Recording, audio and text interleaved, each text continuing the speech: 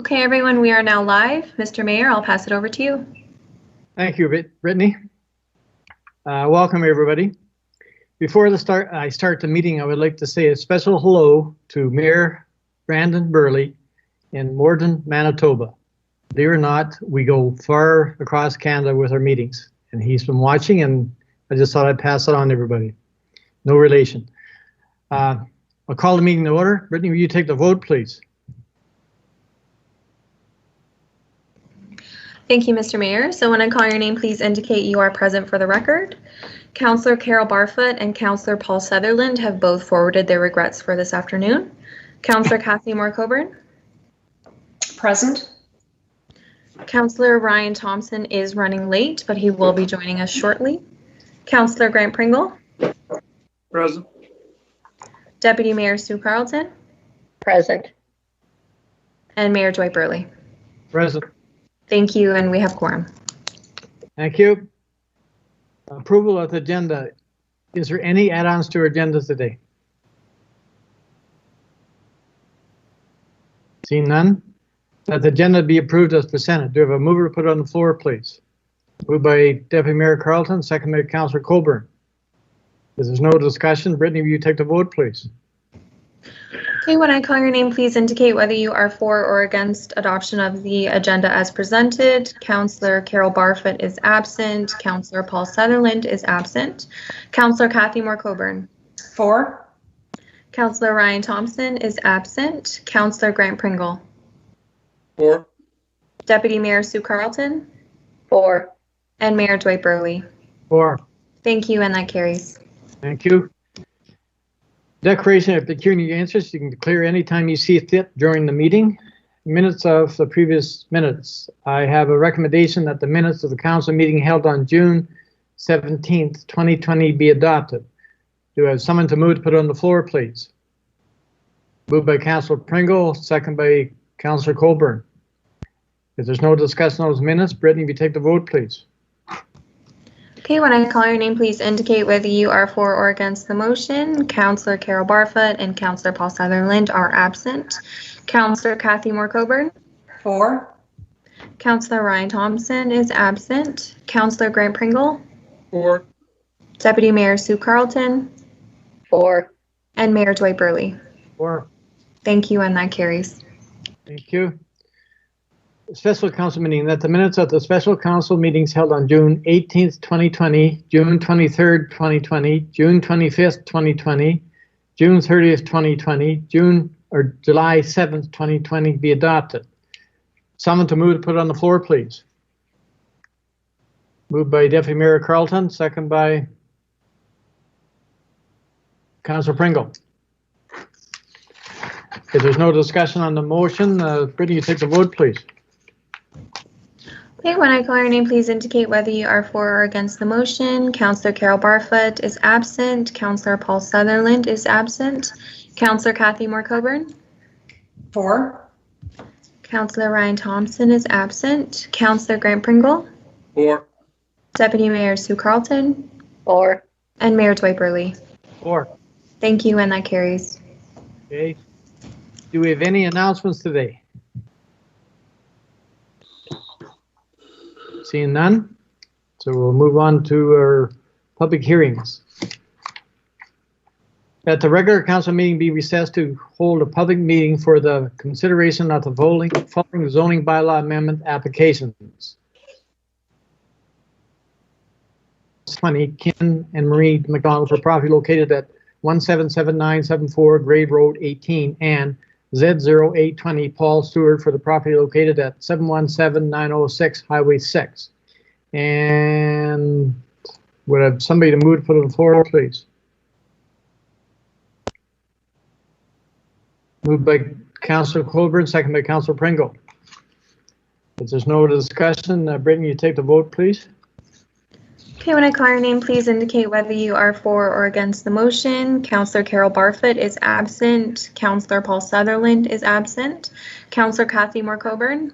For. Councillor Ryan Thompson is absent. Councillor Grant Pringle? For. Deputy Mayor Sue Carlton? For. And Mayor Dwight Burley? For. Thank you, and that carries. Thank you.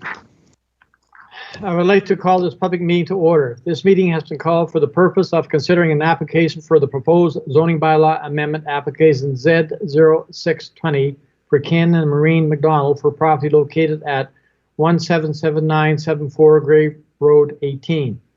Would the clerk please advise those present as to the method by which the notice of this meeting was given? Brittany? Notice of this public meeting was given by ordinary mail to all property owners within 120 meters, 400 feet of the subject property, by email to all of the prescribed bodies on June 16, 2020, posted to the subject property and posted on the Township of Georgian Bluffs website. If a person or public body does not make oral submissions at a public meeting or make written submissions to the Township of Georgian Bluffs before the proposed zoning bylaw is adopted or passed, the person or public body is not entitled to appeal the decision of the Township of Georgian Bluffs to the local planning appeal tribunal, and the person or public body may not be added as a party to the hearing of an appeal before the local planning appeal tribunal unless, in the opinion of the tribunal, there are reasonable grounds to add the person or public body as a party. Thank you. Would the planner please explain the purpose and effect of the proposed application and whether any correspondence has been received to date? Jen? Yep, thank you. Good afternoon. So the applications before council today are an official plan amendment, number 9, and that's the plan amendment to the Georgian Bluffs official plan, and zoning bylaw amendment. Both of those applications have been submitted to facilitate severances. So what the property owners would like to do is create 2 residential lots. They can't do that without an official plan amendment and a zoning bylaw amendment because the designations and the zoning that are in place don't permit that to happen. So right now, and this is the property that is right next to the township office. Right now, the property is designated future development under our official plan, and they're applying to have that redesignated to residential, which would then allow the zoning to be changed from plan development to residential and facilitate the creation of those lots. So last night at the Committee of Adjustment meeting, the committee did give provisional consent to the 2 applications. So if you look at page 2 of the planning report, there is an area on the image that is showing you the lands that are proposed to be redesignated from future development to residential. Those are the lands as well that will be rezoned from plan development to residential. The remainder of that property will remain under the environmental hazard designation in our official plan, and there is a section there that is designated future development at the back of the lot that will remain future development as well. They haven't. There is no application to change that designation there, as it would require some environmental impact assessment, and it's really not.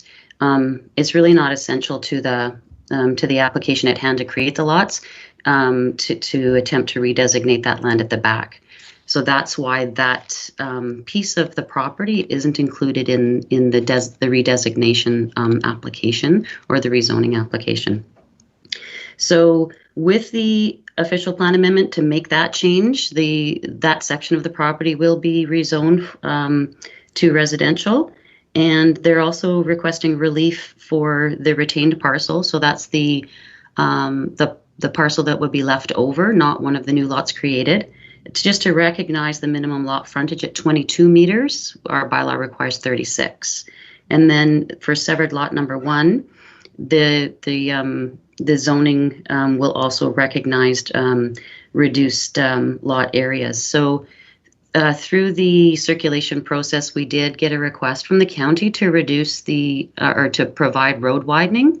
So what we will be doing is recognizing deficient lot area for both of those parcels through the amending zoning bylaw.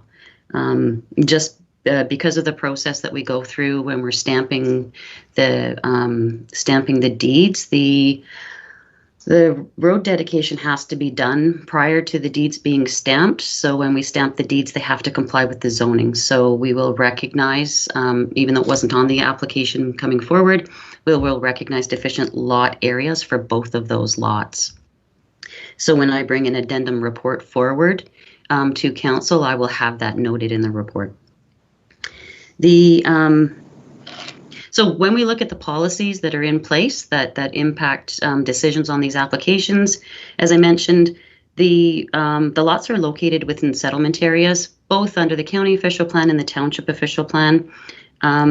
So province directs growth and development, to settlement areas. So what they're proposing is acceptable for the area where they're being proposed.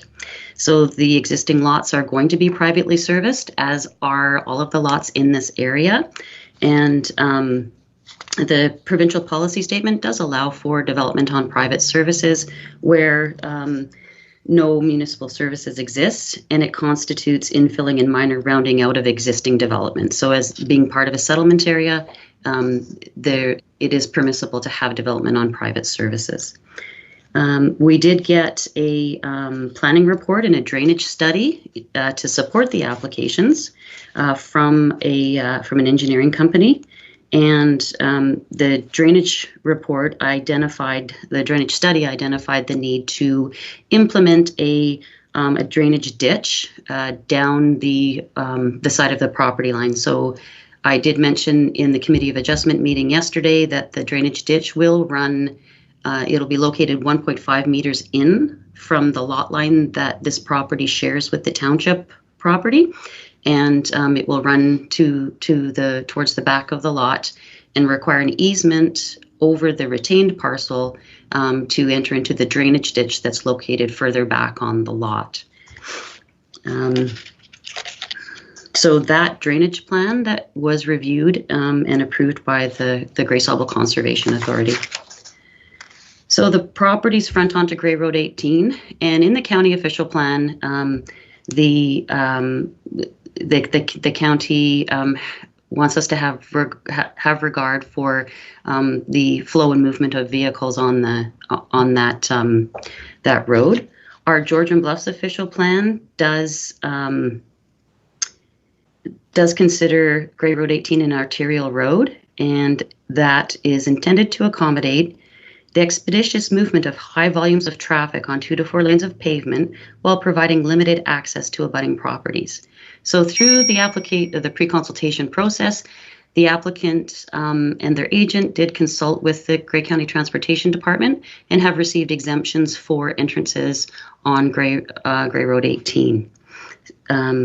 We did circulate the MTO for comments, and they have no concerns with the applications.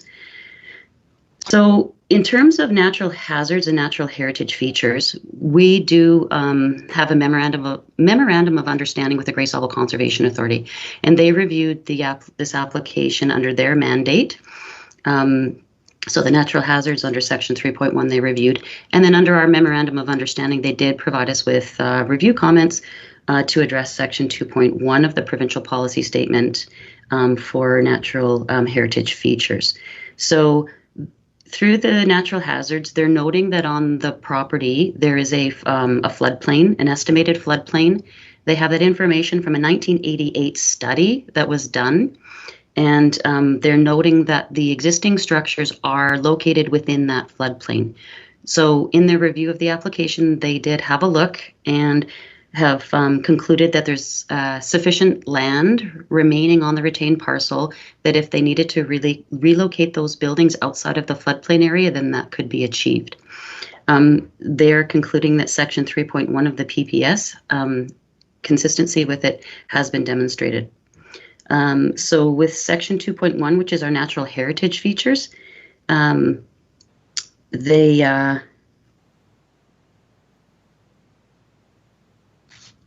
They do note that with the stream that's located on the property,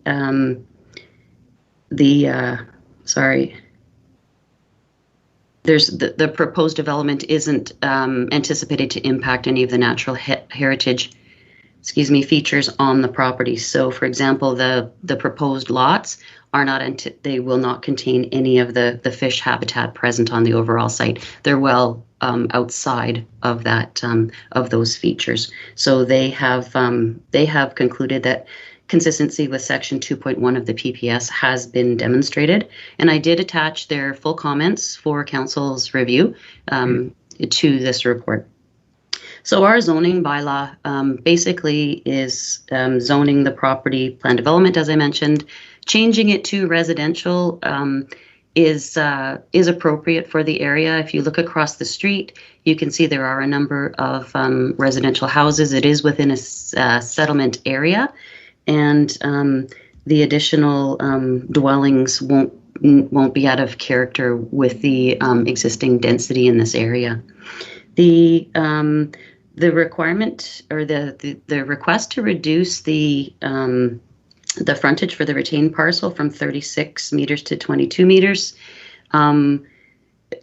could be considered reasonable, and because they have sufficient room to access the property, as well as to relocate the buildings should they need to outside of that floodplain area, as well as the county transportation department did review the application and were satisfied with potential sightlines and visibility for accesses and entrances. They would have considered the existing entrance as well in terms of the distance between the new entrances. So we did circulate this application to a number of different agencies, and you'll notice in this report there are more agencies that have been circulated than what we normally see with our zoning bylaw amendments, and that's because with an official plan amendment, the Planning Act requires you to circulate more agencies for review and comment of an official plan amendment. So as I've discussed, Grey Sauble Conservation Authority, they have accepted the grading and drainage plans. They are satisfied that sections 3.1, 2.1, and 2.2 of the PPS, it's been consistency with those sections have been demonstrated, and they request to be notified of any decision rendered with respect to the files. Grey County Planning and Development note that provided positive comments are received from the Conservation Authority requiring hazard lands and natural heritage features, that the developments can be adequately serviced, and county transportation services requirements have been met. They have no further concerns. They wish to be notified of any decision rendered with respect to these applications. The county transportation services are requesting a 5.182 meter widening for both the severed and retained lots. And the Risk Management Office has no comments. The Historic Saugeen Métis have no concerns or no objection or opposition to the proposed development. The Bruce Grey Catholic School Board has no comments. Enbridge Gas, operating as Union Gas, they do note that there are service lines running in the area, and that the applicants need to be aware of that. If any of them need to be relocated, then the property owner will be responsible for the costs of that. Bell Canada has no concerns. Niagara Escarpment Commission, they have the subject properties located outside of Niagara Escarpment Plan Area and their development control. Hydro One, they have no comments or concerns at this time, and the Ministry of Transportation has no requirements for this proposal. We circulated these applications to all the residents within 120 meters of the property, and we did not receive any written comments by the report submission deadline. And thank you. Thank you, Jen. No members of the... I'm getting an echo back, Brittany, okay? No members of the public registered with the acting clerk to provide comments in support or in opposition of the application. I now call upon authorized agent Ron Davis to make comment on this application. Please state your first and last names for the record prior to beginning. Ron, go ahead. Yes. Good evening, sir. Can you hear me fine? Yes, I can. Thank you. My name is Ron Davidson. I'm a planning consultant representing Mr. and Mrs. McDonald, who live next door to where you're seated. We went through this application for the most part last night, although as Jen indicated, it was for the two severances, and tonight we're dealing with the official plan amendment and zoning bylaw amendment. We really went through all the issues last night, the merit of the application. The only thing I'll say, and I am repeating myself, is the need for the official plan amendment is because the lands are designated future development. The justification for the official plan amendment is very simple. You do not have one residential lot that's vacant in Springmount, at least to my knowledge. I looked through the county GIS and I could not find a vacant lot. So there's ample merit here to change the official plan and of course the zoning bylaw amendment as well. That's all I have to say. Thank you. Thank you, Ron. Does council have any questions regarding the proposed application? Seeing none. Council will consider all matters placed before prior to submitting their comments to the applicant. May I call for adjournment of this public meeting? Someone to move to Deputy Mayor Carlson, Councillor Pringle. The public meeting is adjourned. Okay, so we'll move on with our second public meeting. Sorry, Mr. Mayor, the motion to move forward with Jen's report being PL 2020-34, if you could just read that and have a mover and a seconder prior to commencing the second meeting, please. Thank you, Brittany. Shows you I'm not following your instructions. I'll read the motion.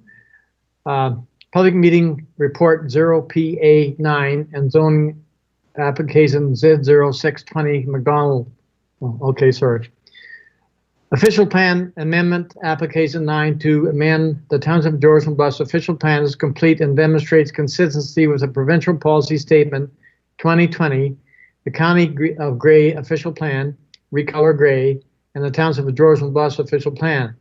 Zoning bylaw amendment application Z0620 is consistent with the provincial policy statement 2020, the County of Gray official plan, recolor gray, the Township of Georgian Bluffs official plan, and the intent of the Township of Georgian Bluffs zoning bylaw 2020-20. It is recommended that report PL 2020-34 from the senior planner be received for information. Someone to move to put the motion on the floor, please. Moved by Deputy Mayor Carlson, second by Councillor Colburn. If there's no discussion on the motion, Brittany, if you take the vote, please. Okay, when I call your name, please indicate whether you are for or against the motion as presented. Councillor Carol Barfoot is absent. Councillor Paul Sutherland is absent. Councillor Kathy Moore Coburn. For. Councillor Ryan Thompson is absent. Councillor Graham Pringle. For. Deputy Mayor Sue Carlton. For. And Mayor Dwight Burley. For. Thank you, and that carries. Thank you. Okay, now we'll go into our second public meeting. I would like to call this public meeting to order. This meeting has been called for the purpose of considering an application for the proposed zoning bylaw amendment application Z0820 for Paul Stewart for property located at 717906 Highway 6. Would the clerk please advise those present as to the method by which the notice of this meeting was given? Brittany? Notice of this public meeting was given by ordinary mail to all property owners within 120 meters, 400 feet of the subject property by email to all the prescribed bodies on June 16th, 2020, posted at the subject property and posted on the Township of Georgian Bluffs website. If a person or public body does not make oral submissions at a public meeting or make written submissions to the Township of Georgian Bluffs before the proposed zoning bylaw is adopted or passed, the person or public body is not entitled to appeal the decision of the Township of Georgian Bluffs to the local planning appeal tribunal, and the person or public body may not be added as a party to the hearing of an appeal before the local planning appeal tribunal unless, in the opinion of the tribunal, there are reasonable grounds to add the person or public body as a party. Thank you. Would the planner please explain the purpose and effect of the proposed application and whether any correspondence has been received to date? Jen? Yes, thank you. So the purpose of this application is to rezone the property to allow residential uses. Mr. Stewart would like to convert his detached garage into 2 dwelling units. So right now on the property there is a single detached dwelling, and he'd like to convert that garage that used to be used for his towing company into 2 residential units. So he's got this application coming forward to request that change.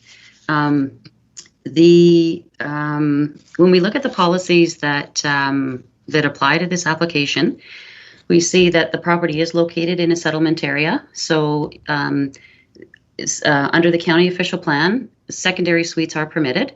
And we look at the Georgian Bluffs official plan, and we see that the lands are in Springmount. However, they're designated space extensive commercial and industrial, as well as environmental hazard. And that space extensive commercial and industrial designation does not list residential as a permitted use. So the application moving forward doesn't comply with the Township of Georgian Bluffs official plan and would therefore need a official plan amendment. The Georgian Bluffs official plan also allows 1 secondary suite accessory in an accessory unit or a detached garage. So that's another issue with the application, that's a second place that it doesn't comply with the township official plan. So the application was circulated to the Conservation Authority, and they provided us with an assessment of the application to check the compliance with the Section 3.1 natural hazards of the provincial policy statement. Their comments back are indicating that it doesn't demonstrate compliance with the policies. So they know that that there's flooding in the area. So and the property actually, the Springmount drain runs down along in behind that property. So they're concerned about seasonal flooding, and because they need they're recommending a floodplain assessment be completed by a qualified professional engineer. And that's because we don't want to be allowing residential development in an area where there are flooding potential. It's just to protect human lives and property. So they conclude that consistency with Section 3.1 of the PPS has not been demonstrated. They have reviewed the natural heritage features for us through our Memorandum of Understanding, and as you see in the report, they're not anticipating impact to fish habitat because the structure already exists, and there's not really additional development proposed for the lot. So they do conclude that consistency with Section 2.1 of the PPS has been demonstrated. And again, I've attached the full comments for Council's review. The provincial policy statement does allow for private servicing. It has to be demonstrated that there'll be no negative cumulative impact. And we cannot, we need a more fulsome review of the proposed servicing, and that will have to be addressed through the floodplain. The location of the septic requires approval from the Conservation Authority, so they need to know where that's being proposed and whether or not it's within the floodplain before they can complete the review. So at this time, we cannot, we have to say that the proposed, it hasn't been demonstrated, that the proposed servicing meets the provincial policy statement. In terms of the property does front onto a provincial highway. The applicants did pre-consult with the MTO, and the MTO has no objection to the proposal to change that property from space extensive commercial to residential. And then just in terms of the zoning, right now it is Zone C4. And as I mentioned, Mr. Stewart did have a towing company located on the property. And if the official plan designation is changed, then it would allow for the property to be rezoned to residential. So when we circulated this to a number of agencies, the Georgian Bluffs Building Department reviewed some preliminary proposal, and the CBO noted that the waste treated by a Waterloo biofilter is to be pool quality, so the system looks fine. They will need to produce a service contract with Waterloo and a letter stating that Waterloo will advise if the contract is terminated. The Grace Level Conservation Authority, in their comments, the Risk Management Office noted that they have no comments related to the application. The Grace Level Conservation Authority recommends a decision on the subject proposal be deferred until further assessment of the floodplain in relation to the existing garage is completed. In this regard, we recommend a floodplain assessment be completed by a qualified professional engineer. And as noted in the comments there, they're saying they're concluding consistency with Section 3.1 of the PPS has not been demonstrated. The property is within the within the regulated area. Consistency with Section 2.1 and 2.2 has been demonstrated, and the property is located within an area where source water protection policies apply. They wish to be notified of any decision on this application. Grey County Planning and Development note that provided positive comments are received from the local conservation authority, the MTO, and the efficient use of existing services is considered. They have no concerns with the subject application. The county requests a notice of any decision rendered with respect to these files. The Historic Saugeen Métis have no objection or opposition to the proposed development, and the Ministry of Transportation has no requirements for the application or for this proposal.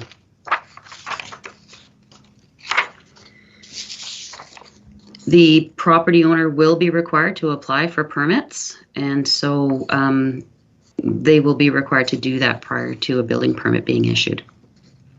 We circulated the application to all property owners within 120 meters of the property, and we did not receive any comments before report submission deadline. So just in conclusion, the Conservation Authority comments state that consistency with Section 3.1 of the PPS 2020 has not been demonstrated and require the submission of a floodplain assessment. Upon review of the Georgian Bluffs official plan, there are two areas where this proposal does not comply with the Georgian Bluffs official plan. So if a floodplain assessment supports the conversion of the garage into residential units, then the applicant will be asked to submit an official plan amendment to address those two areas. At this time, I'm just recommending that council receive the report for information. Thank you, Jan. No members of the public registered with the acting clerk to provide comments in support or in opposition to the applicant. We've no delegations. Does council have any questions regarding the proposed application? Deputy Mayor Carlton, I see your hand is up.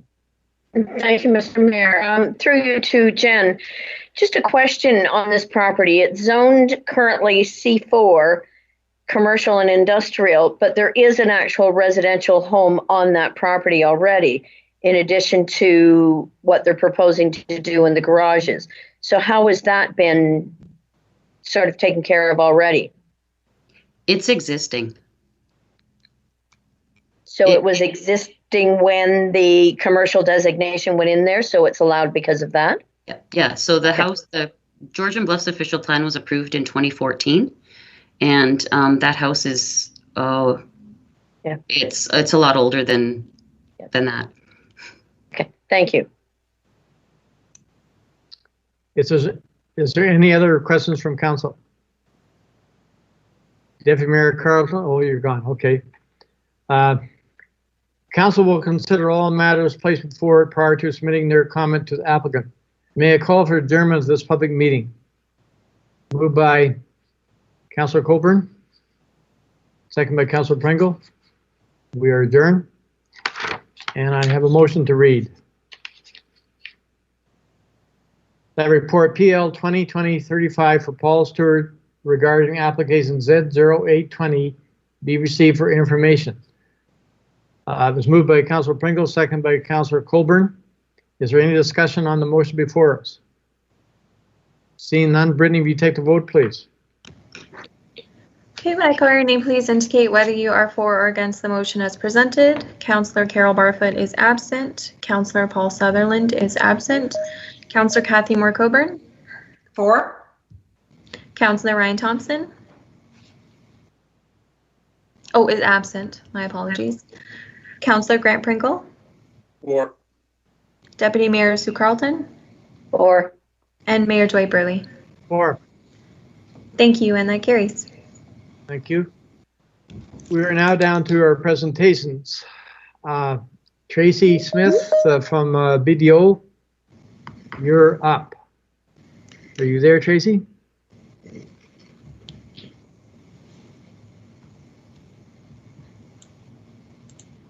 Have we lost Tracy? Nope, I think I'm here. Am I still here? Yeah, I can see you. Okay.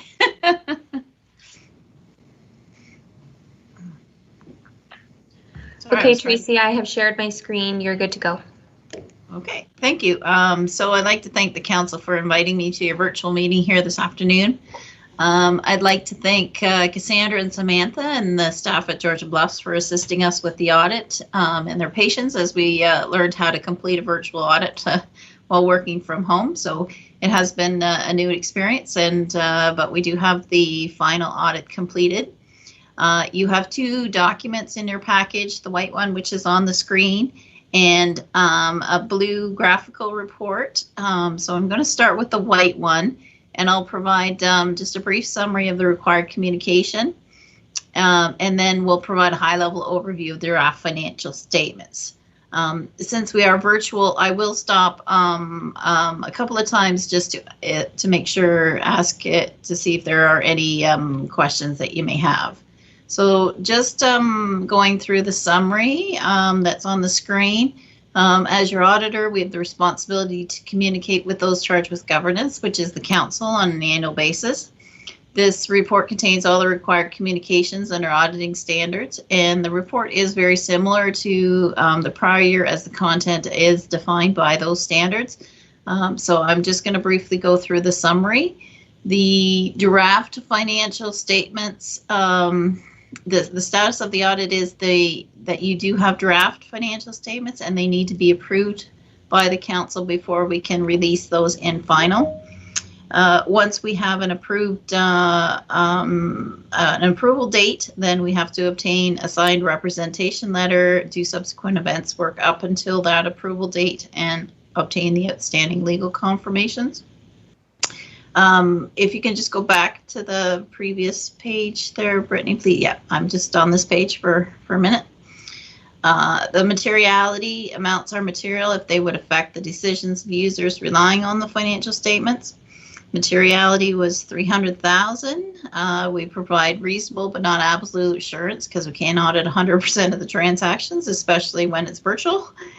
And we use materiality to help us focus the audit and determine our sample sizes. In terms of audit risk, our strategy and procedures were outlined in the planning report, and there were no changes to our plan procedures and no issues identified in our testing performed. So, and no additional risks were identified during the audit. In terms of internal controls, we're required to report to you in writing if there are significant deficiencies in internal control that we have identified. And during the audit, we did not become aware of any weaknesses in the design or implementation of the controls that we tested. On the next page, will see the management representation letter. So a copy of that is in Appendix C. We do confirm we are independent, and we confirm that on an annual basis. Unadjusted differences, we're required to report to council if there are unadjusted amounts that were identified during the audit. Though a summary of those differences is included in Appendix B. There was only one difference relating to the estimates of the landfill liability, and since this is only an estimate and it's not material, we can issue a clean opinion that the financial statements are not materially misstated. Auditing standards also require us to have an annual communication about the responsibilities for detecting fraud and to highlight it's a shared responsibility between the auditor, management, and council. We did not have any issues or concerns during the audit, and if council or management has any issues or concerns, they can contact us directly for any further discussions. Any questions on the required communications? I'm not going to go through the rest of the written report. There are more details in the report, but This council, I do not see any. Oh, Brittany, I still need the white report, sorry. I need you to scroll down, please, to the Appendix A, which is the actual draft financial statements. And on page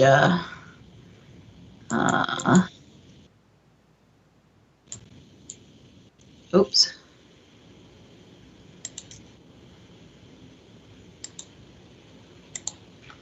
On page, what page is this? Page 2, yep, the audit report. Could you just back up one page, please?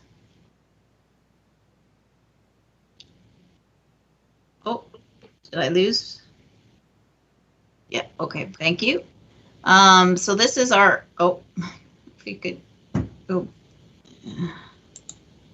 Sorry, my screen, I've got multiple screens going here.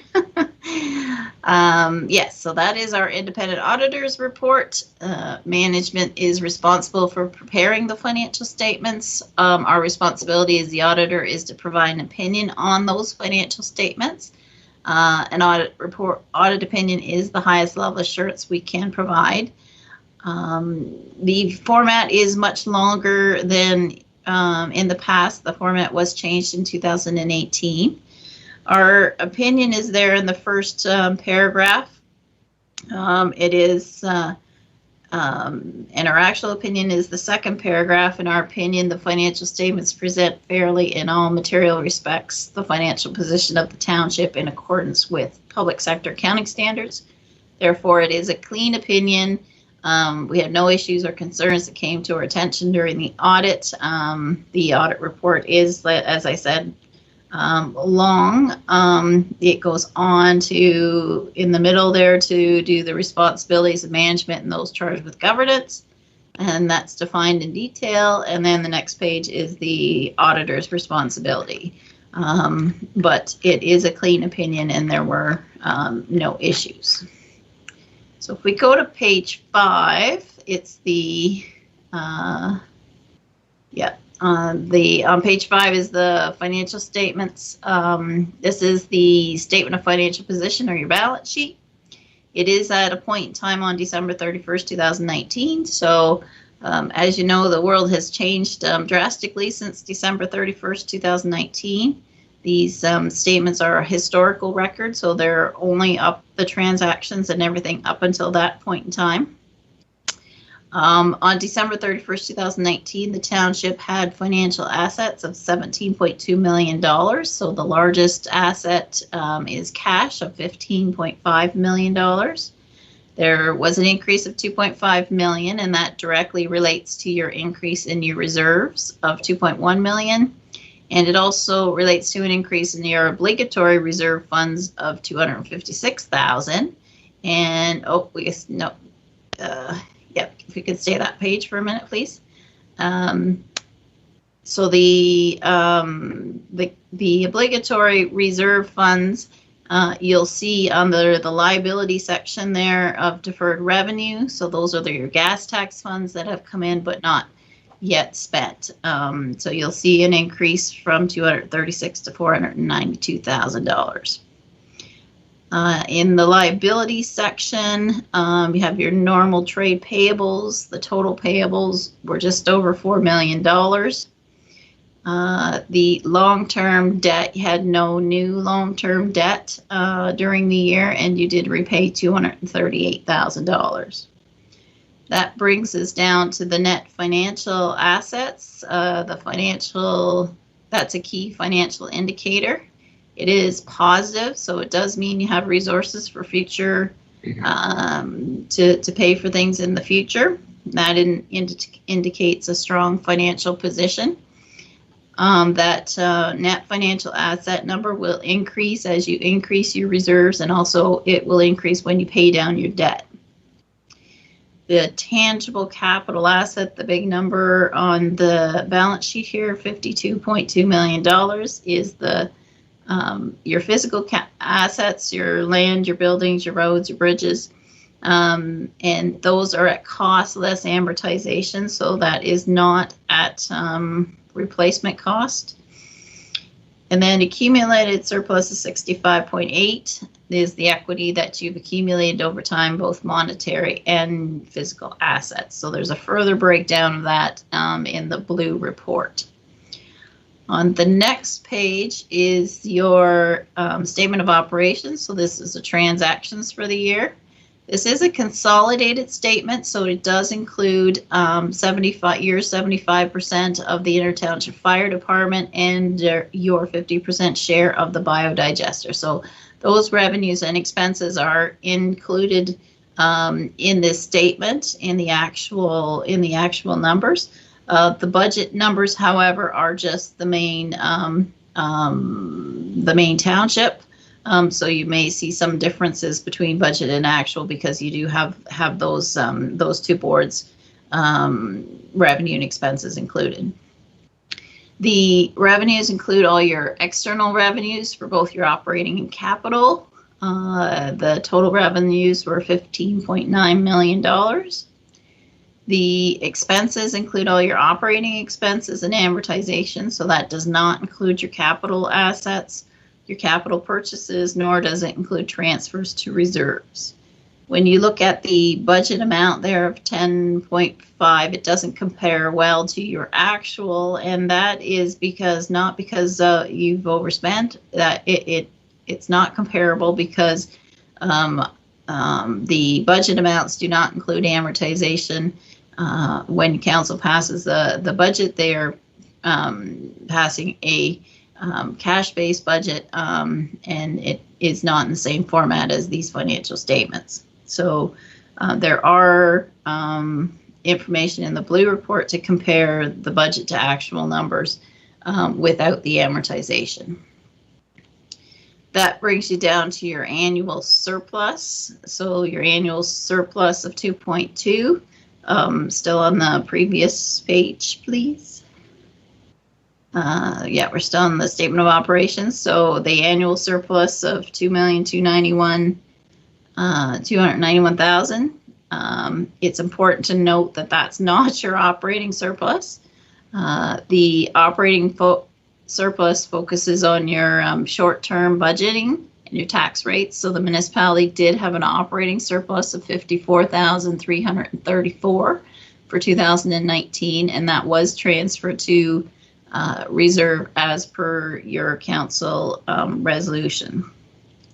The reason the financial statements have this annual surplus is because it's looking at the long-term focus of the municipality that needs to be large enough to fund your capital assets and to pay down your debt. So you always want that number to be a fairly large positive number.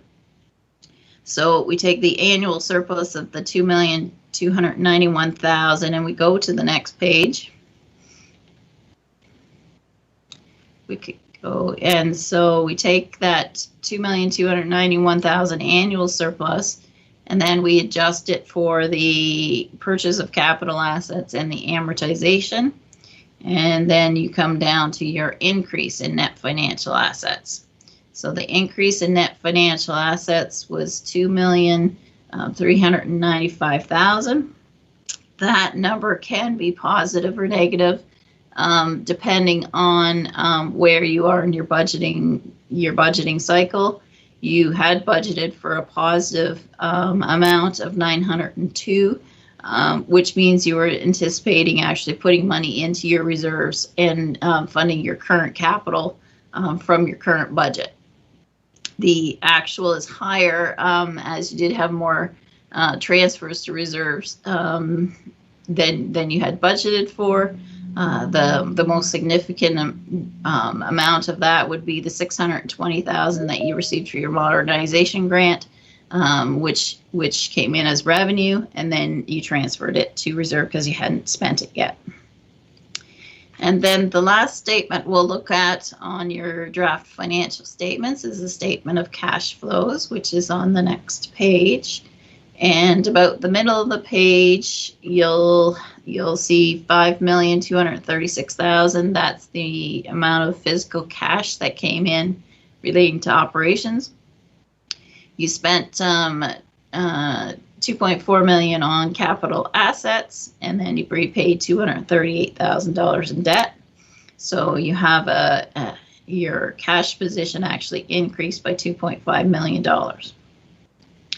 So overall, the township is in a strong financial position. You had a small operating surplus of $54,344. You do have a small amount of external debt, but overall, the township is in a net positive position with net financial assets, and you do have reserves of over $15 million. So that's the high-level overview, and hopefully that was fast enough because Mayor Burley told me I had to be quick. I can stop for questions, or we can look at the blue report if you have time. Thanks, Tracy. You're very efficient with your reporting. Does council have any questions for Tracy? Seeing none, Tracy, you've done a fantastic job. So do you want me to go into this blue report for just a couple minutes? Sure. Okay, so the blue report is the same numbers that are in your audited financial statements, but they're put in a format that's maybe a little bit easier to read, and it also gives you details of what's happened over time, so over the last 5 years. So the first page where you are today, that looks at those key financial indicators we talked about. You have a good cash position. You have some debt, but not a significant amount of debt. Your net financial assets are positive. They've gone from 5.9 up to 13.2 million. So that means you're building resources that you can use in the future. The accumulated surplus of $65.8 million. So as I said this is the breakdown of what's included in your equity. You've got 51.2 million invested in capital assets. What's important here is that you have no unfinanced capital, so you've been financing all of the capital expenditures that you've encouraged. You have nothing that hasn't been financed. You got a little bit of debt, $1.1 million relating to some of the capital assets that you have purchased. You have $15.6 million in your reserves, which has increased from $9 million from back in 2015. And then we'll just scroll through a couple of pages here. So there's information on your tangible capital assets and what makes that up.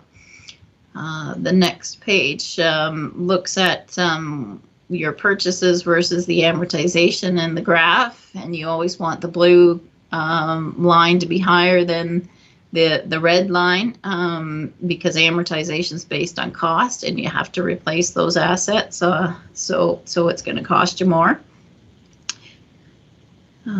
So the next few pages are just information on taxation, and we'll just scroll through some of that fairly quickly. Yep, you can keep scrolling. This is all tax information. And then we look at your revenues there, and it will stop maybe here on the operating expenses. So as I said, when we looked at the financial statement, the 2019 budget numbers do not include amortization. So here I've taken that out of amortization. We've removed from the actual numbers so you can compare apples to apples. Excuse me. And then if we want to keep scrolling, just a graphical look at your expenses and where your expenses are what functions by object. And then the last page is an important page, what you have for the future. So the obligatory reserve funds, you did have a top up of gas tax money that hasn't been spent yet. So you got 422,000 in obligatory reserve funds, and you also have 15.6 million there in your discretionary reserves and reserve funds. So you have those to use in the future. So that's just a quick high-level overview, and that ends the presentation. So again, I can take questions if anyone does have any questions. Thank you, Tracy. Does council have any questions of Tracy?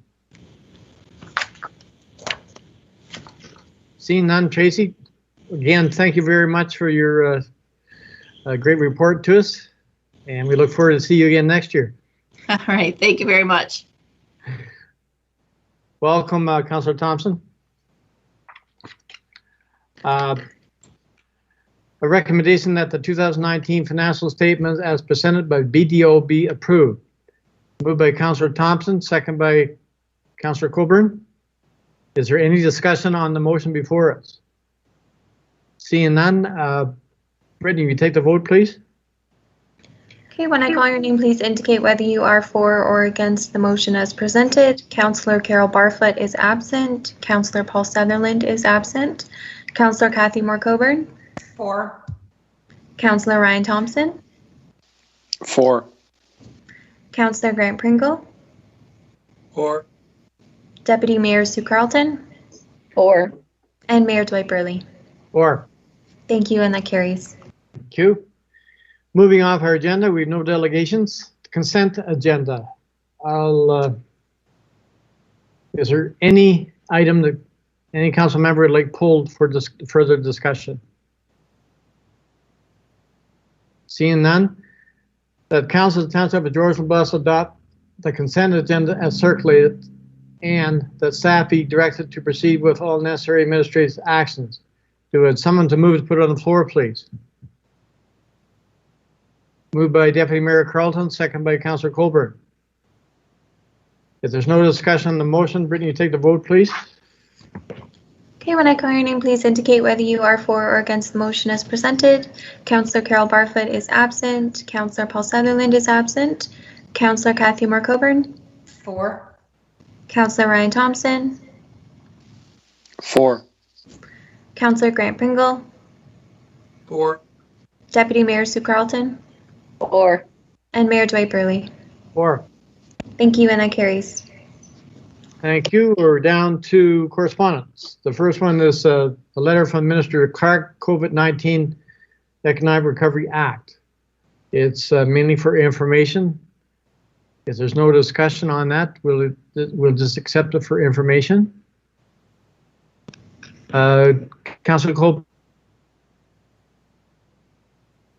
Thank you, Mayor Burley. I did note in the minister's report that this new bill that's coming forward will allow permanent electronic meetings and voting by proxy. So I just wondered if that's something that this council might want to consider. I know we changed our, would it be the procedure bylaw, Brittany, to allow us to do it during the course of the pandemic, but I wonder if that's something we could consider carrying on with possibly in the future as well.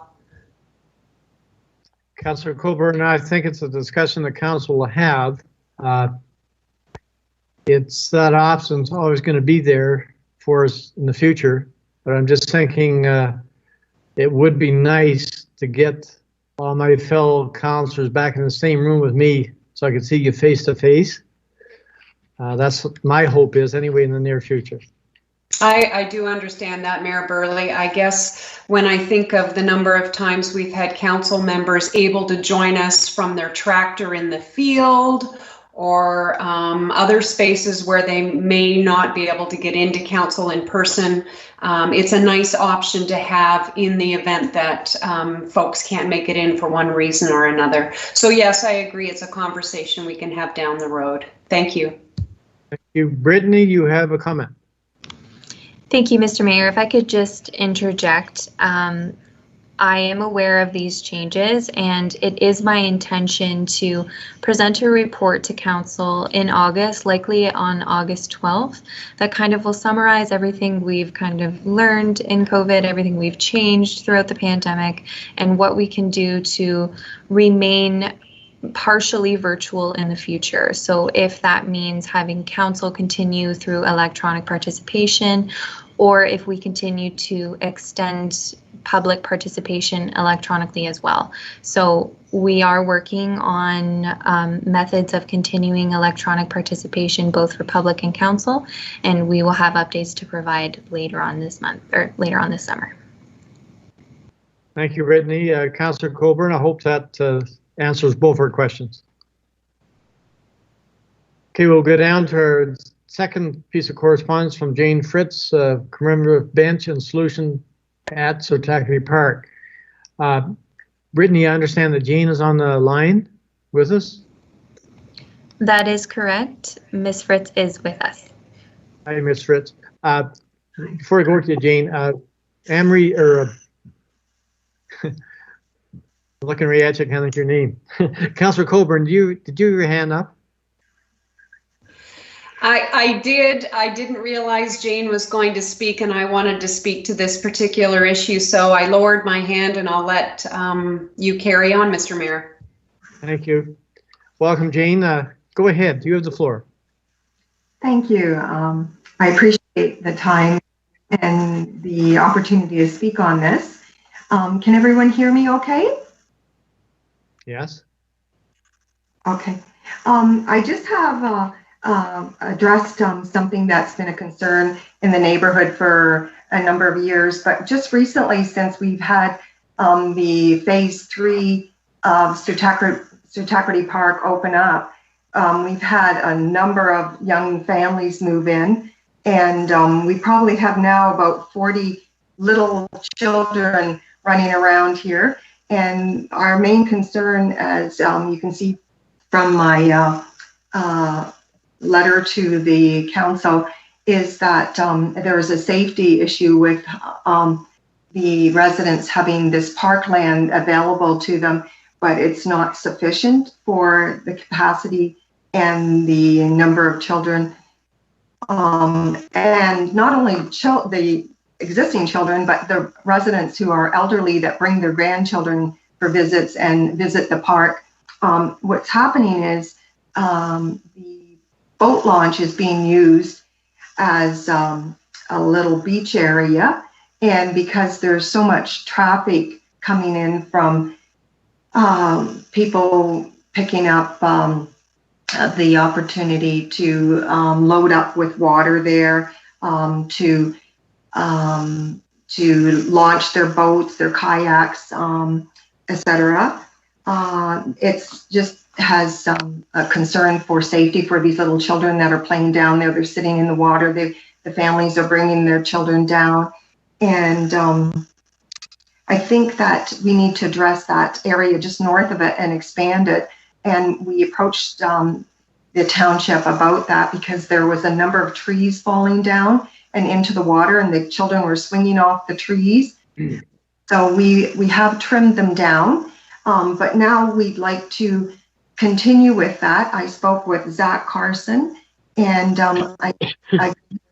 he did come out and take a look. He was out here, and I spoke with him then. And I think that it would be nice to finish it off appropriately so that there is a safe place for these children and families to play. And that's, I think my main concern is to keep the children away from the boat launch because of the safety, keep the dead trees trimmed and removed. And the poison ivy in that area is a big, big problem. So, and the second part of my presentation is for a commemorative bench. And I'm hoping that we can be approved for a commemorative bench in that area. And I did present some drawings and some pricing. So I think in conclusion, I just basically would like to see some assistance from the township on these matters. I'll give it back to you. Thank you, Jane. Great concerns, and it's nice to know that you have been talking to Zach. I would maybe suggest that I'd like to see a report come back from Zach concerning that park and your concerns. I would like him to come back with a report to us indicating thoughts, solutions, and so on and so forth for it. Does council have any questions of Jane while we have her? Councillor Coburn. I was out to see the park that Jane's referring to, and I was able to speak with a couple of other residents while I was out there. And I would just say that I totally agree with the safety concerns. Between the park and the boat launch is quite a steep grade that's very rough. And I think that needs to be cleaned up for sure. So I support the requests that are coming forward. I did want to ask, though, Mr. Mayor, of council, or maybe perhaps Zach would be a better one to ask, what is our responsibility in doing that kind of work with a parkland that was supplied by the developer but never really finished off? And ongoing maintenance, and also what is our responsibility as a municipality for the boat launch that's there? Is that all one parcel together? Are they two separate responsibilities? Councillor Coburn, those are great questions, and I cannot answer it. That's why I would love to have a report come back from Zach to answer all those questions. I think the planner might be able to answer some of them, but still nice to have that report come back to us. Jen, do you want to make any comments? Yes, actually, one thing I just thought of is that when Kathy Coburn there spoke, that there is a problem with some water leaking down from the boat launch and causing a lot of issues with mess, and there's a lot of tall grass that they're not able to mow because of there's a well or something there that's leaking, and it's been leaking for a number of years.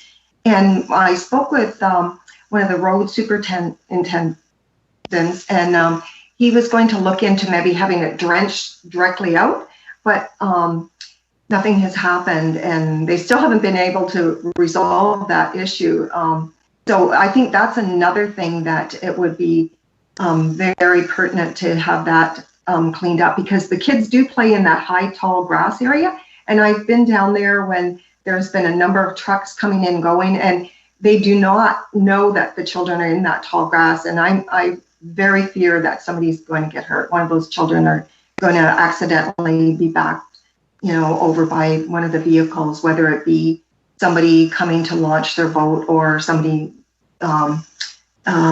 just visiting. So if that's something that you can look into as well, please. Thanks, Jane. Before I go to Councillor Colburn again, and Deputy Mayor Carlson, Zach, comments?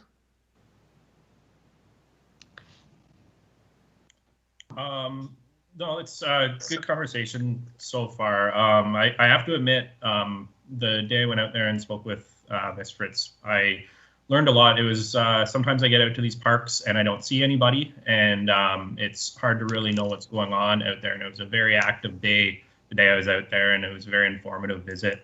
I guess, and Jen may be able to speak more to this. I've been working with the planning department, getting a better understanding of the history of that area. There is sort of two parcels there. What everybody's referring to as the boat launch is a parcel that is there for, I guess, a communal shoreline well. It's really not maintained as such as a boat launch. However, people do use it to launch small watercraft in it, I guess, from my understanding. As well, water is drawn from the area, so trucks and tractors can back down there. So it isn't necessarily classified as a recreational space. It is like a service area from my understanding. Jen may be able to confirm, or Devin may be able to confirm some more to do with those details than I can. And then the parcel immediately to the north of it is the dedicated parkland from the original development. At this time, I can't confirm whether there was ever any conceptual drawings or an idea for that land at the time of development, or whether it was just purely dedicated as land and left as such, and nothing really was developed on it to date. There's basically a small library that was donated by the Island View ratepayers a few years ago, and then there's some protective barrier so cars don't pull up on the grass there. At the moment, staff do tend to both properties, basically keeping the grass mowed just so people can use the park, but it's maintained as a passive green space at this time. Thanks, Zach. Jen, any comments? No, I generally agree with what Zach's been saying, but I will work with him. There is a need to delineate the actual Block 41, which was given as parkland. It seems that the area that's being used encompasses a lot more than the surveyed Block 41, so we'll have to look into that. In terms of the space itself, I think Ms. Fritz has a good point there. Community parks are really essential to healthy communities. So that's something that, from a planning perspective, that we would support that some attention be dedicated. We do know that with Phase 3 of Sitacrity, there are a number of new dwellings there, and when we hear that there are more children using that space, that's something that we want to hear about, but we also do want to pay attention to the safety and security of all of the ratepayers as they have a positive recreation space. So I would be very happy to work with Zach to help straighten out this issue. Thank you. Deputy Mayor Carlson, you have your hand up. Yeah, my question, I guess, is maybe directed towards Zach, Mr. Mayor. We just went through the Recreation and Trails Master Plan, and I don't remember any mention of this park area being in that. So is it included there, or what kind of happened to it? Zach? Yeah, I'll have to go through it. This is sort of jogged this in my memory a little bit too, and I'll have to see if it was something that was specifically in it. Unfortunately, as we're finding out today, is a somewhat of, I don't want to say whether it's forgotten or whether it's a very localized park and out of the way. So it is a space that not a lot of people really know about. And it isn't signed at this time. It wasn't part of the first phase of signage that we renewed last year and got new signage up. So it does have some plans to get some signage up on it this year. I know, Jane, in your letter, you mentioned that there was some signage up there in the past. I apologize. I don't recall any signage up there in the past. That would have been well before my time. So it has been quite some time, I think, since there has been anything that has shown it as township public green space or recreational space. So I'm going to have to go back through the recreation plan and see if it is actually specified in it. I don't recall it this time. Thank you. Jen, do you have another comment? Yes, it is not zoned as a park under our zoning, and it does not show up as what I call a tangible parcel. So when I go to the GIS and I look at the property information that's there, it shows up as part of the shore road allowance. So that's something that we need to correct. Thank you, Jen. We got some great comments from Jane, and I appreciate that. Great comments from council, but would it be possible for staff to come back with a report on this particular green space area and that define that boat launch area, if we want to refer to it as a boat launch, is mainly an access. How would be the best way to address the safety of the young kids in that area when a truck goes down to get water and so on? I can admit, my truck goes down there 2 or 3 times a week to take water.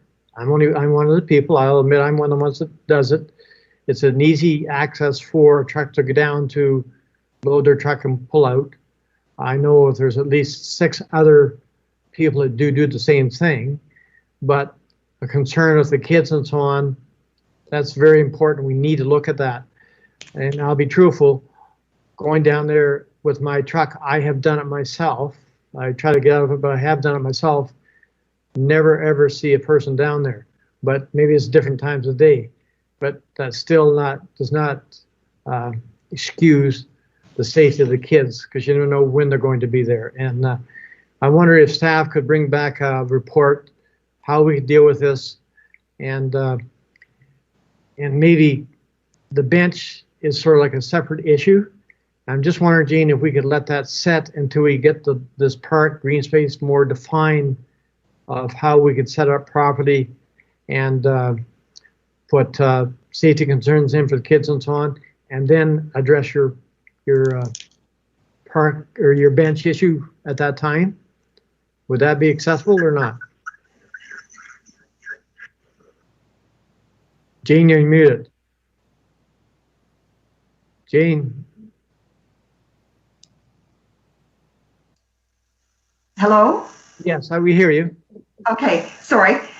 Yes, that would be great. I understand for the bench, we have to raise money. That is not something that the township covers.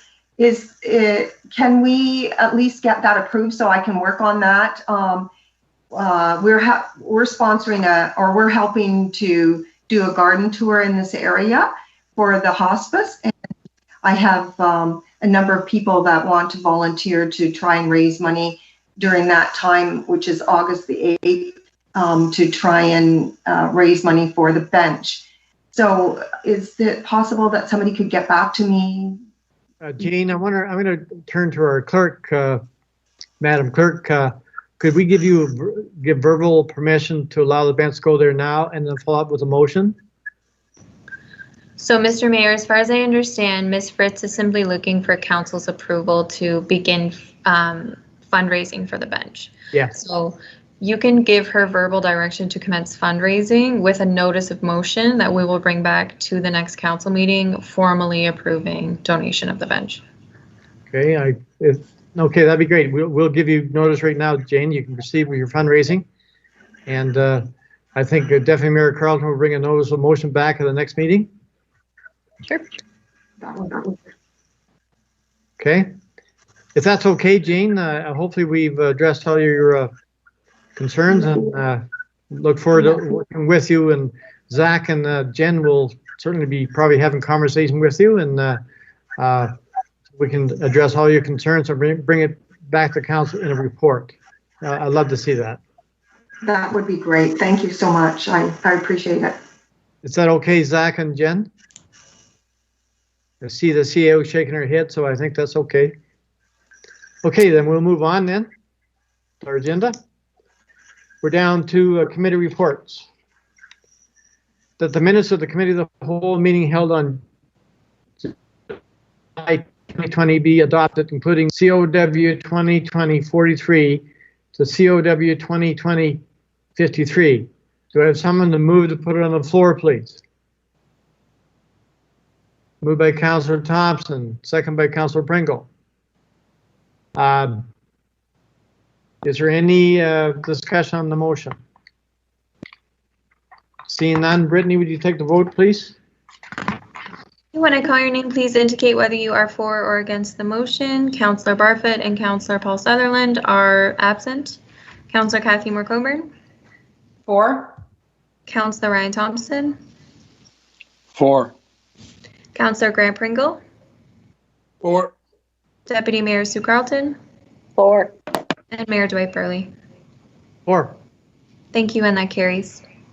Okay, we're down to the staff reports.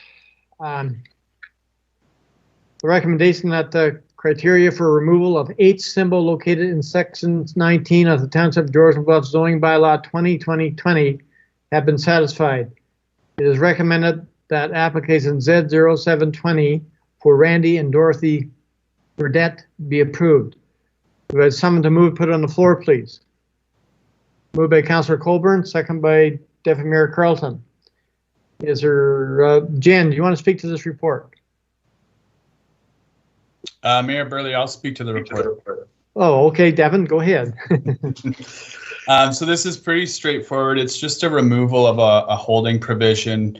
I think it's important to note that the zoning is already in place for this property. The holding provision is essentially just to ensure that the applicant enters into an agreement with the township. In this case, the agreement is a no demand for services agreement, which has been signed by the applicants and returned.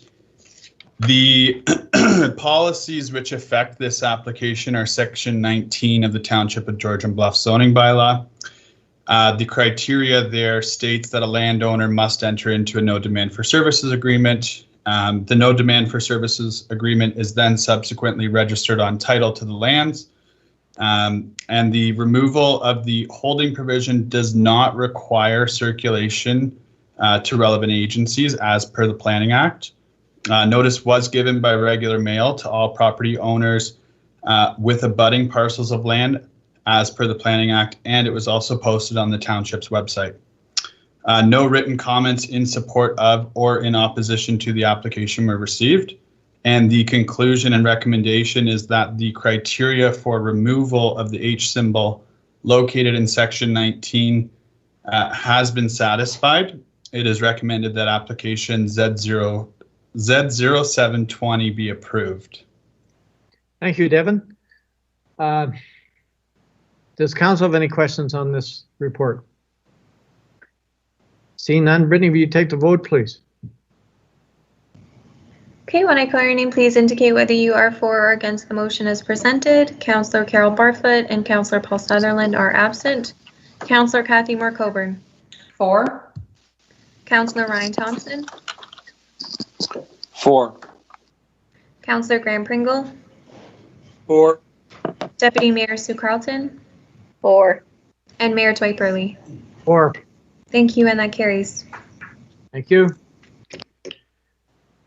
Have another recommendation that the council enact bylaw 2020-76 being a bylaw to accept the conveyance of land from Reginald McDonald Holdings Incorporated to spoil a severance to facilitate lot addition application BO220. Someone to move, put it on the floor, please. Moved by Councillor Colburn, second by Councillor Thompson. One of the planners want to speak to this report. Yep, I can. Okay. So the report's fairly straightforward. The Mitsubishi property on the Sunset Strip, the Committee of Adjustment approved a lot addition. The intent of that is to allow a building addition. So they want to put another 4 bays in. So because the Mitsubishi property was created by severance, the addition of land from the Nissan dealership isn't technically going to stick. What they need to do is spoil that severance so that those parcels can truly merge. The township has agreed to take a half square foot triangle off of the front so that it changes the legal description so the property can merge. And through this transaction, what we would be doing is accepting the conveyance of land and then transferring it back. So the bylaw that is included this evening is giving the lawyer permission to do that, make that transfer. So transfer the land to the township, then he will go through, register the lot addition, create the new lot, and then he will then transfer that triangle back to Reginald McDonald Holdings. And the triangle serves no useful purpose for the township, so there's no need for us to keep it. That's why I'm recommending it be transferred back. Thank you, Jen. Does council have any questions? Seeing none, Brittany, we take the vote, please. Okay, when I call your name, please indicate whether you are for or against the motion as presented. Councillor Carol Barfoot and Councillor Paul Sutherland are absent. Councillor Kathy Moore-Coburn? For. Councillor Ryan Thompson? For. Councillor Grant Pringle? For. Deputy Mayor Sue Carlton? For. Mayor Dwight Burley? 4. Thank you, and that carries. Thank you. Moving on per agenda. Brittany, did we have any questions from the public committee? We did not. Okay, so we're down to bylaws.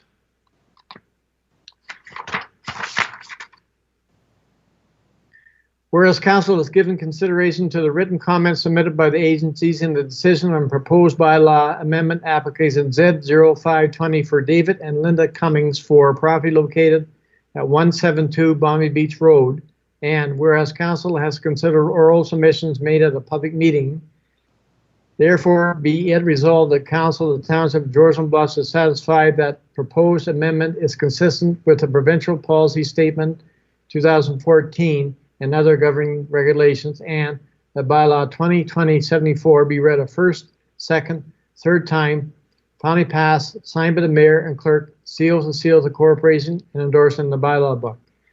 Do I have someone to move to put it on the floor, please? Moved by Councillor Pringle, second by Deputy Mayor Carlton. Okay.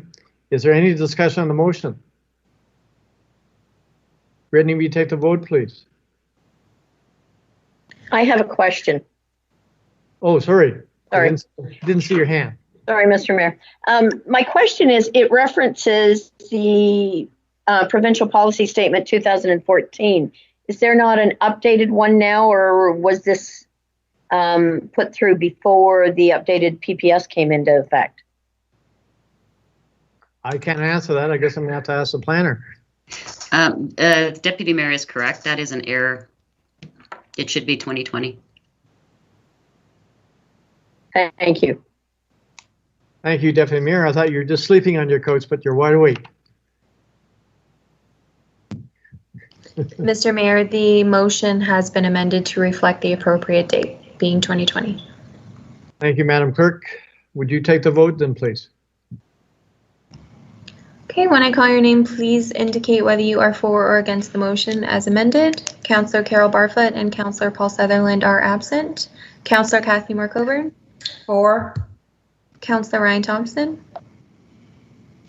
For. Councillor Grant Pringle? For. And Deputy Mayor Sue Carlton? For. And Mayor Dwight Burley? 4. Thank you, and that carries. Thank you.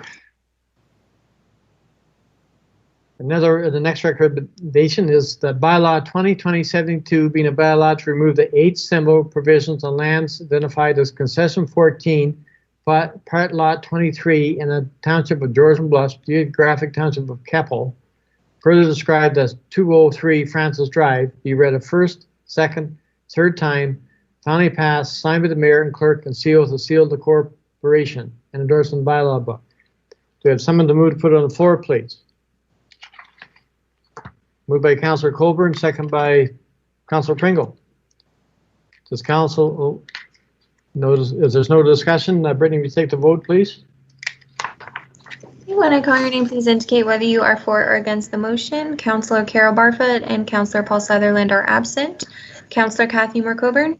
For. Councillor Ryan Thompson? For. Councillor Grant Pringle?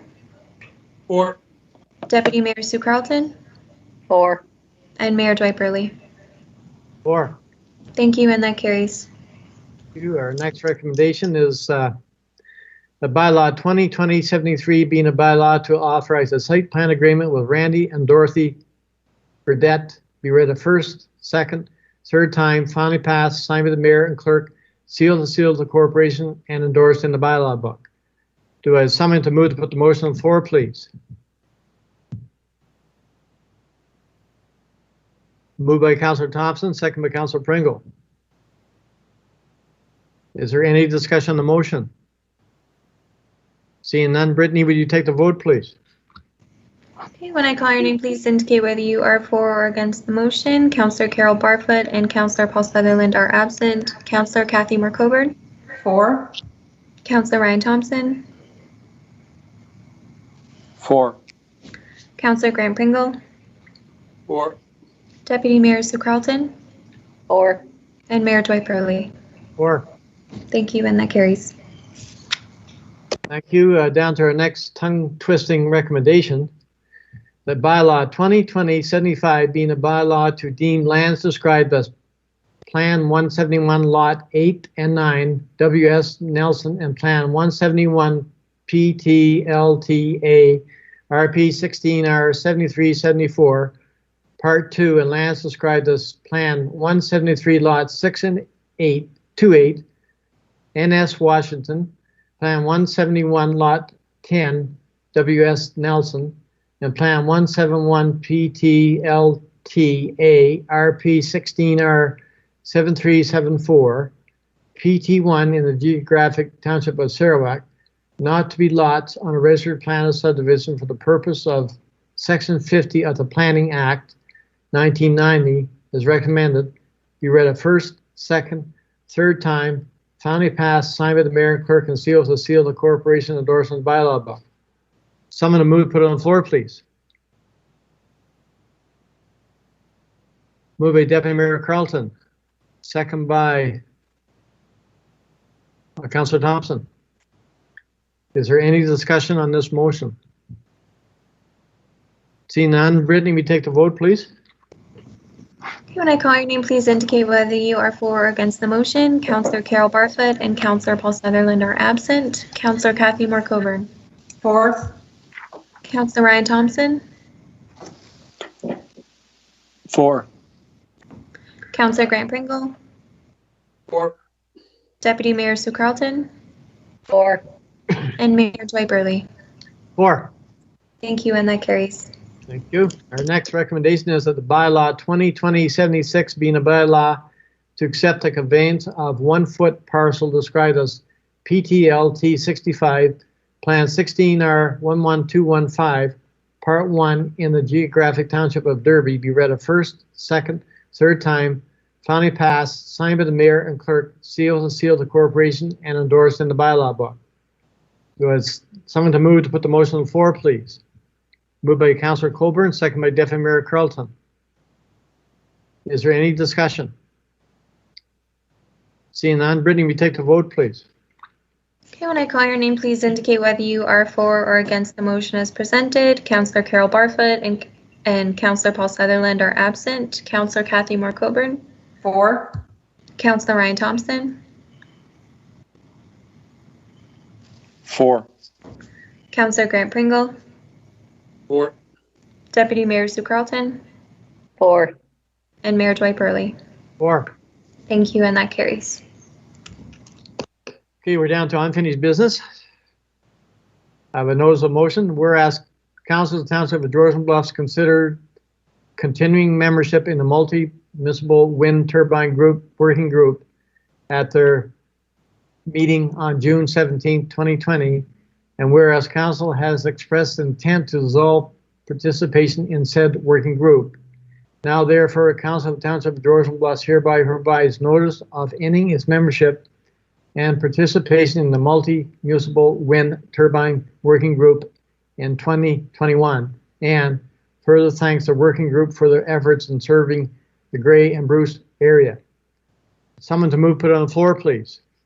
Moved by Councillor Colburn, second by Councillor Thompson. Is there any discussion on the motion before us? Seeing none, Brittany, we take the vote, please.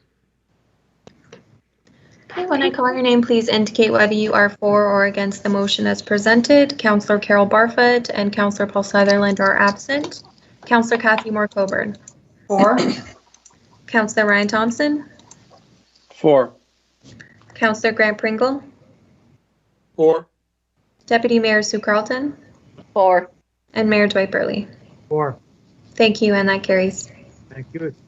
I would like to say a special thank you to Councillor Coburn and Councillor Barfoot for sitting on this committee. It's always a trip to Chesley, whether snow was flying or sunshine, but I've done it for many years. So again, thank you very much for sitting in that committee.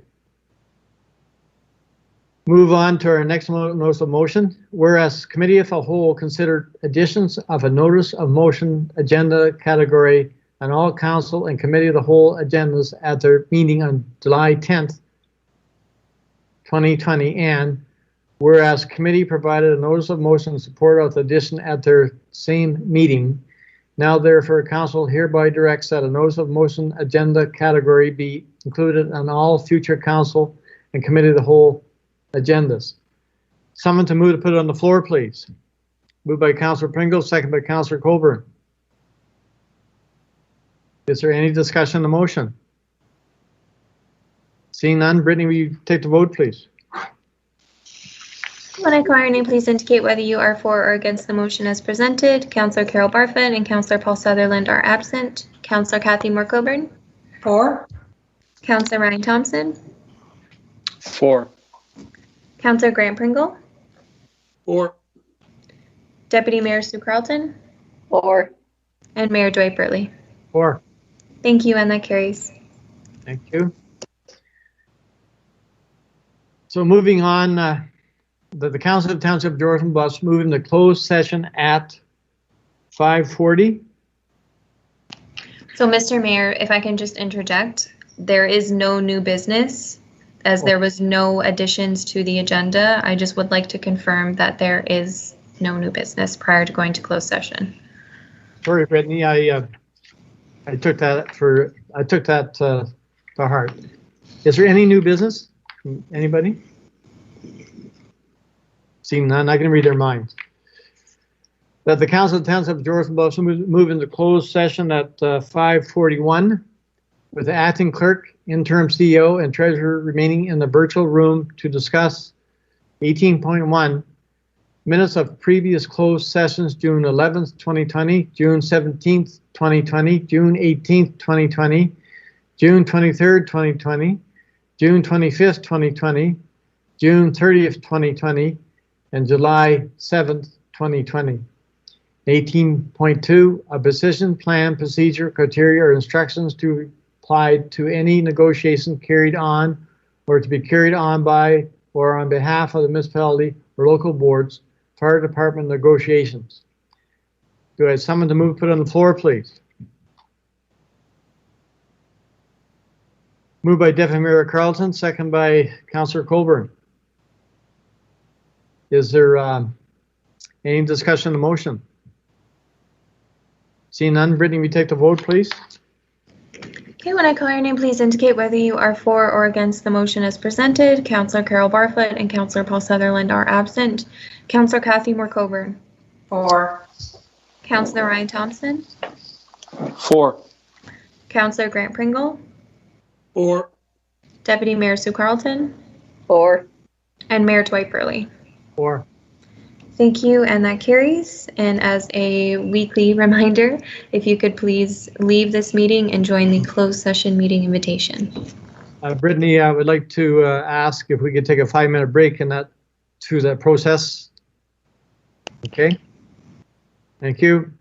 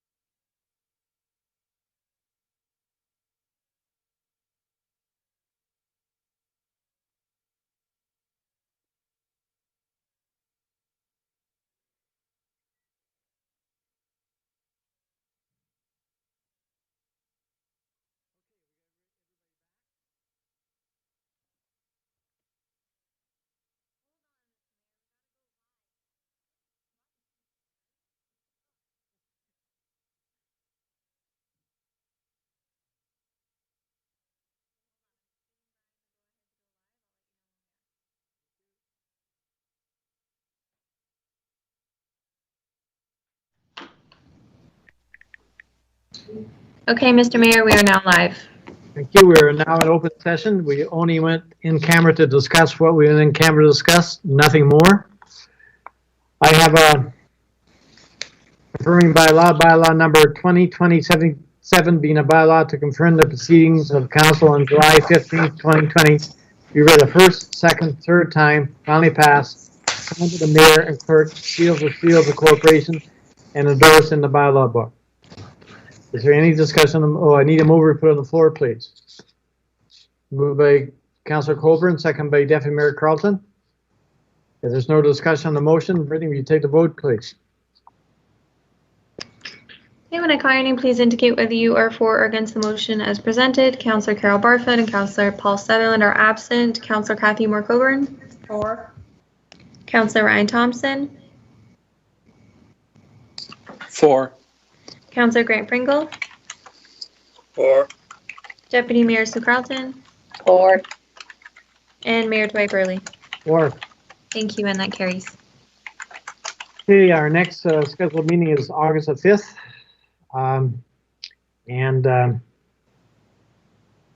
That's it. So we need a motion to adjourn. Moved by Deputy Mayor Carlton, second by Councillor Pringle. Brittany, you need to take the vote. Yes, please. So when I call your name, please indicate whether you're for or against adjournment at 6:24 p.m. Councillor Carol Barfoot and Councillor Paul Sutherland are absent. Councillor Kathy Moore Coburn. For. Councillor Ryan Thompson.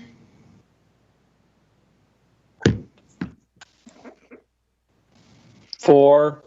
Thank you. Councillor Grant Pringle. 4. Deputy Mayor Sue Carlton. For. And Mayor Dwight Burley. 4. Thank you. That carries, and we are adjourned. Thanks, everybody. Good meeting.